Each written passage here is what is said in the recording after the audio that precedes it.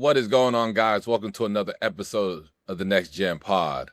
With you guys, it's your host, Ani Mana, and Joe Tipton and Jamie Shaw of On3/Rivals. It's commitment day. The number one point guard in 226 Rivals rankings and the number 2 player in the country in those same rankings. Dylan Mingo has committed to the North Carolina Tar Heels. A big pickup for Hubert Davis and the staff. Joe, give us the insight of how that got done. I know he's been waiting to make that commitment. So what led to him now saying, he wants to go to North Carolina? Well, the interesting part about this recruitment is that Carolina wasn't always the leader. Like, I remember even when he set the visit to UNC, a lot of us thought, okay, he's going to go check it out. Like, who's going to say no to go see Chapel Hill? But as the recruitment went on, it became to materialize into a real thing. And I think the staff began to prioritize him more and more. If you remember, Duron Rippey Jr. visited Carolina before Mingo, and I think Rippey decided to look elsewhere and eventually cut UNC out of his list, and before he opted to ultimately choose Duke. But as the Mingo recruitment went on, North Carolina began to separate themselves. But first, it was, at least the school that I was watching personally, was Baylor, just because they had his teammate last year, VJ Edgecombe, made him a lottery pick. And the only other school that I really thought was a real threat was Penn State, because that's where his brother Caden goes to school. And while they are not winning, Caden is having a lot of success, so there's a lot of trust within that family. So that made more sense. But I think Carolina winning this season has helped them tremendously. They've had some bumps in the road. I think a lot of teams do. But overall, I would say that Carolina is having a really good season. And then also the development of Caleb Wilson, although they're very different positionally. Obviously, Caleb Wilson isn't a point guard, but being able to see how Hubert Davis has helped mold him in being a top 5 level pick, I think also encouraged Mingo and made him feel a little bit more comfortable by going with Carolina. And I remember talking to him at Hoopall about kind of, what he was looking for in a school. And one of the biggest things that stood out to me that he said was he wants to win.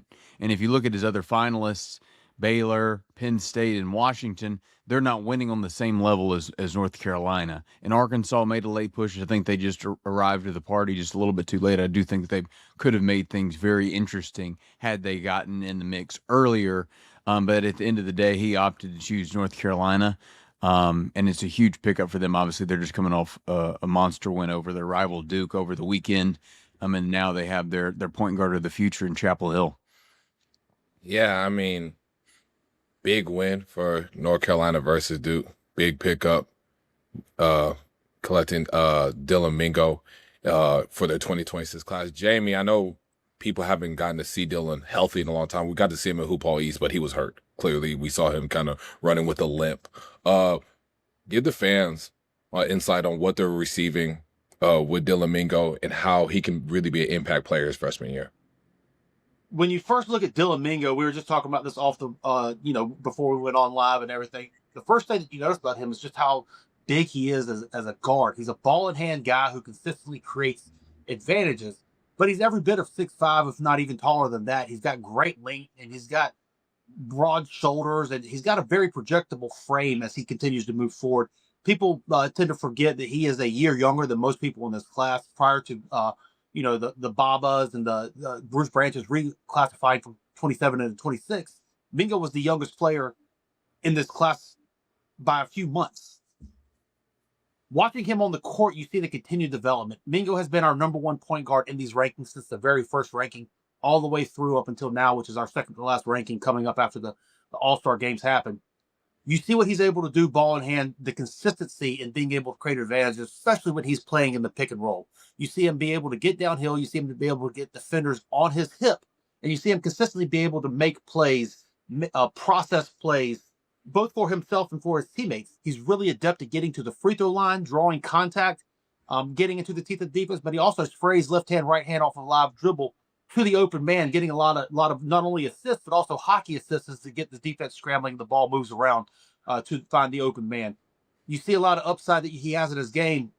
And he's at a very interesting crossroads when it comes to continued production and continued projection with the upside that he carries with his frame, with his body, with what he has, is he checks a lot of the boxes moving forward. We saw him in individual matchups this past summer when it came to the NBPA Top 100 camp. We saw him go for 25 plus head-to-head against Tate Kenny. We saw him go for 25 plus and multiple assists against Deron Rippey. He came away with the MVP of that camp, of the entire camp throughout the week at NBPA Top 100. And he also had a really good EYBL, even though he played Peach Jam injured.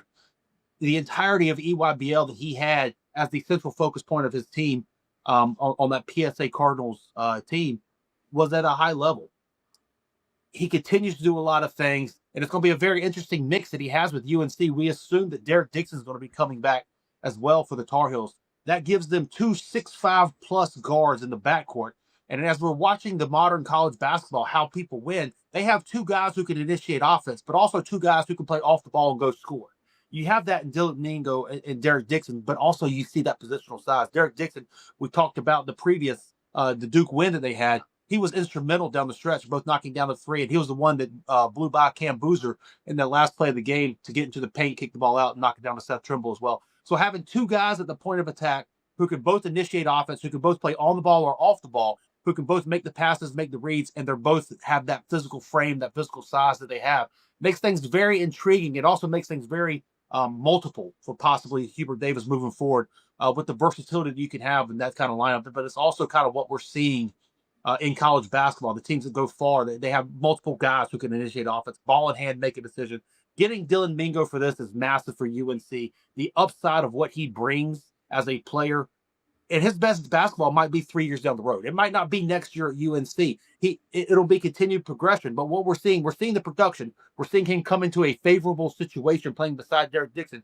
But he's also somebody that 3, 4, 5, 6, 7 years down the road could be his best basketball.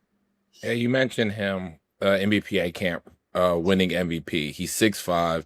He's really good with the ball in his hands. He's a point guard. He has wide shoulders. So adding more muscle and strength to him is going to be seamless. It's not going to impact anything. I know we haven't seen him play in a while, like I said earlier, but looking at how his counters, like how his counters on his drives, how he gets to the free throw line, I thought his mid-range shooting, like especially in the pull-up, was getting better. The 3-point shooting is where you see like the area of improvement, right? But there was a point in time when Tyron Stokes was not playing, he planned on not playing in the spring and summer, where Dylan Mingo was in that mix of being the number 1 player in the country. Yeah. So that's how good of a player that UNC is getting, especially when he's healthy. You're receiving someone that, Tyron's play has led him to be number 1, but you're looking at someone that, to Jamie's point, 3, 4, 5 years down the road may end up being the best player in this class. And talking with NBA scouts, Ani, they agree with you on that. Talking with NBA scouts, they're not saying that Dylan Mingo is the number 1 playing guy, but he is in that view, that conversation too. It would not surprise them if he were to go possibly number 1 or be in the conversation on down the road as the best player possibly in this class as things continue to progress and all that. He is firmly on the NBA scouts radars, looking at him at that type of level too, kind of furthering what you're saying. Absolutely. Joe, Jamie made a comment about in college basketball how kind of the bigger guards, like UNC next year is going to have Dixon and Mingo, 2 6'5" guards in the backcourt. What's your thoughts on how college basketball is kind of going towards more bigger backcourts, and how Mingo kind of just seamlessly fits into that to that trend? Yeah, no, I'm 100% agree with it, and I think it's going to be beneficial for Mingo because you've seen the steps that Derek Dixon has taken this season as time has went on. Kyan Evans, I don't think was what Carolina fans expected or wanted him to be. And then Dixon is kind of ahead of schedule in a lot of ways. So I think a lot of the time we look at a lot of these 5-star freshmen like Mingo and, depending on their situation and where they end up going to school, is how much pressure's on their shoulders to perform at a high level. Are they going to be their team's best player? But Carolina, obviously they're going to have to replace Wilson and potentially Visar if he decides to go to the draft. But Mingo is going to be able to learn from Dixon, who we're projecting to probably take even a bigger step next year as a sophomore. So it's not going to be Dixon's going to have the ball in his hands a lot. Mingo's going to have the ball in his hands a lot, but it's not like only Mingo as their ball handler. So he's able to kind of feed off of Derek and kind of learn from him, but then also, use his experience and carry it throughout the season. But Jamie knows this. I don't have a dislike for smaller guards, but I do appreciate bigger guards a little bit more. It's just a personal preference of mine. And Jamie has written about this in articles, just projecting in towards the NBA and long term. There's not a lot of those, 6'1" PGs in the NBA. They're bigger guards, closer to 6'4" and 6'5", like Mingo is. So you like that towards more of their NBA draft, stock projection. And another part that you look at with Mingo as well is the defensive side of the basketball. He's very, very in tune and very instinctive on the defensive side of the ball, both being able to guard the ball, turn his man in the backcourt, but also off the ball, deflections, getting into the passing lanes and aggressively playing up the line. There's a lot of stuff that Mingo's able to do both on the ball and off the ball defensively to give versatility on that end of the floor as well when it comes to the defensive side of the basketball. And I think that's a part of his game that might not necessarily be talked about a ton, but being that 6'5" with that long wingspan, his anticipation on that side of the floor, you can do a lot of versatile things with him on the defensive end of the floor when it comes to both stopping the ball at the point of attack, but also putting him into the passing lanes, making him guard multiple players. If the team's best player is a wing player off ball, getting him off the ball and guarding him there as well. There's a lot of versatility that he brings with his instincts as a high level perimeter defender. And then we're going back to his age where people don't understand. There are for example, like Bruce Branch, that class from the 2027 to 2026, I think their birthdays are like a week or two apart. Yeah.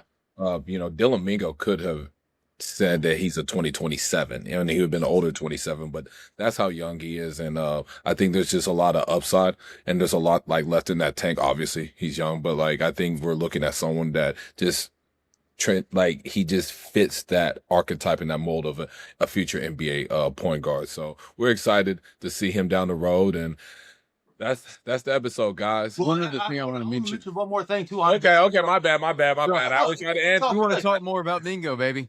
No. Well, no. I want to talk about Hubert Davis because I think this is one of those situations where you're coming in here, you look at the fan base and everything, they seem kind of torn with him being on the hot seat and what he's got to do and all this type of stuff this year. He came in this recruitment session. He secured Maxey Adams, who's a top 20 player within the class, who continues to get better. And he came from behind to win Dylan Mingo, who's the number one point guard in the entire class. And he's winning on the court. Just got this huge win over Duke. They've only got 4 losses. They're a top 20 team in the country right now. And he's recruiting. He's showing that he can go out and win a battle. This Dylan Mingo thing, as Joe mentioned earlier, they were not in the lead earlier. Hubert Davis, home visits, Hubert Davis, letting it be known. He got out there and he worked and he got Dylan Mingo. He went out there and he worked and he secured Maxey Adams. This is a very good class when you get the 6'8" versatility of a shot maker that Maxey Adams brings to the floor, with his ability to create offense, with his ability to create advantages, ball in hand within 2 and 3 dribbles. And then the high level of the possible one and done, the possible PG1 in the class with Dylan Mingo as a 6'5" point guard on ball decision maker. That is the foundation of a very good future when it comes to what Hubert Davis has in this 2026 class. And this comes up from last year too, winning Caleb Wilson. If you remember the Caleb Wilson recruitment, people were talking about Kentucky all the way up until about a week or two before Caleb Wilson committed to UNC. So he came from behind last year to get a top 5 player, top 6 player in Caleb Wilson. He came from behind this year to get the top point guard in the class with Dylan Mingo. So I kind of wanted to talk a little bit about Hubert Davis on the recruiting trails, what he's been able to do with this class to put it together, and kind of what that means for UNC.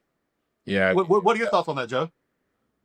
Yeah, it's impressive because I think his back has been up against the wall a little bit with all the rumors about the hot seat stuff. Like, that is going to affect you in recruiting, and for you to come from behind on at least 2 different high level recruitments with Caleb Wilson and now Dylan Mingo, when you weren't the perceived leader initially, to then be able to land them, I think says a lot about Hubert, his tenacity on the recruiting trail, and just kind of, forward looking towards, their success. So really impressive stuff for him to be able to secure. And even Maximo Adams is another one. I don't think we viewed Maximo Adams as Carolina was the favorite in his recruitment either. So he's able to come from behind when maybe they're not the favorite initially and then secure them long term. So that's a really positive thing for them.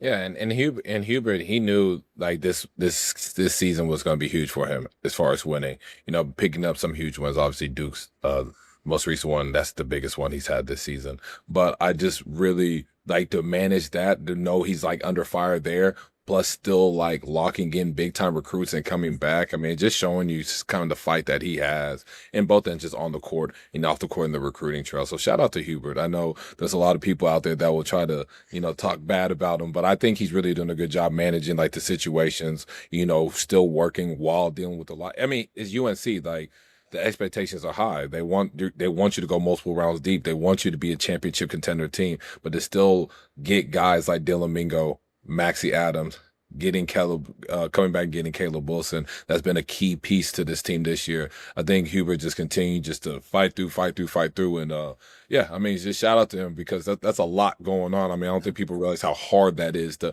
manage all that and know like everybody's like looking for you to, be gone, or who's going to replace you. You're hearing all those things, but still locking in and doing what you need to do on the court and off the court. Yeah, 100%. And one final thing that I want to mention as well is, I think Carolina fans might have been watching Mingo when they knew that they were in a good spot with him and his performance at Hoop Hall. And I think they might have questions like, is this guy as good as like people say he is? Like, is he this 5-star recruit?